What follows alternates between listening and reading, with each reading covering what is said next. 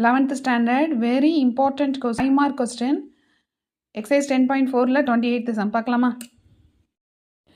first given எடுத்துக்கிறீங்க differentiate with respect to x பண்ணோம்னா dy by dx equal to 2 into cos inverse of x cos inverse of x differentiate பண்ணா minus 1 by root of 1 minus x square இப்போ நீங்க இதை மறந்துட்டா கூட இங்க பார்த்துக்கோங்க prove thatல இருக்கு பாருங்க அதை வச்சே நீங்க கரெக்டா எழுதிடலாம் நெக்ஸ்ட் ஸ்டெப்பில் ஸ்கொயரிங் ஆன் போத் சைட்ஸ் பண்ணுறோம். ஸோ நெகட்டிவ் சிம்பிள் போயிடுது.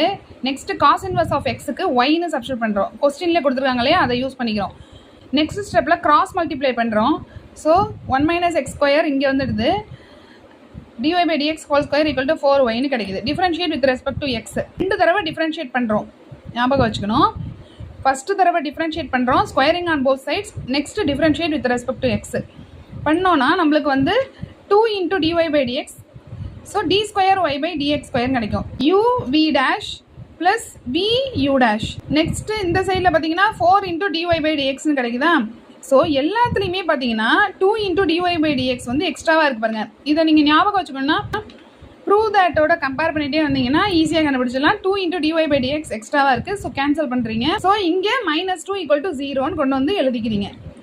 நெக்ஸ்ட் பாருங்க ஹென்ஸ் ஃபைண்ட் y2ன்னு கொடுத்துருக்காங்க. இங்கே y2 கண்டுபிடிங்கன்னு சொல்லியிருக்காங்க. அப்போனா இவ தான் அவங்க y2ன்னு மென்ஷன் பண்ணுறாங்க. ஸோ y2 = 2ன்னு கிடைக்குது. தேங்க்யூ.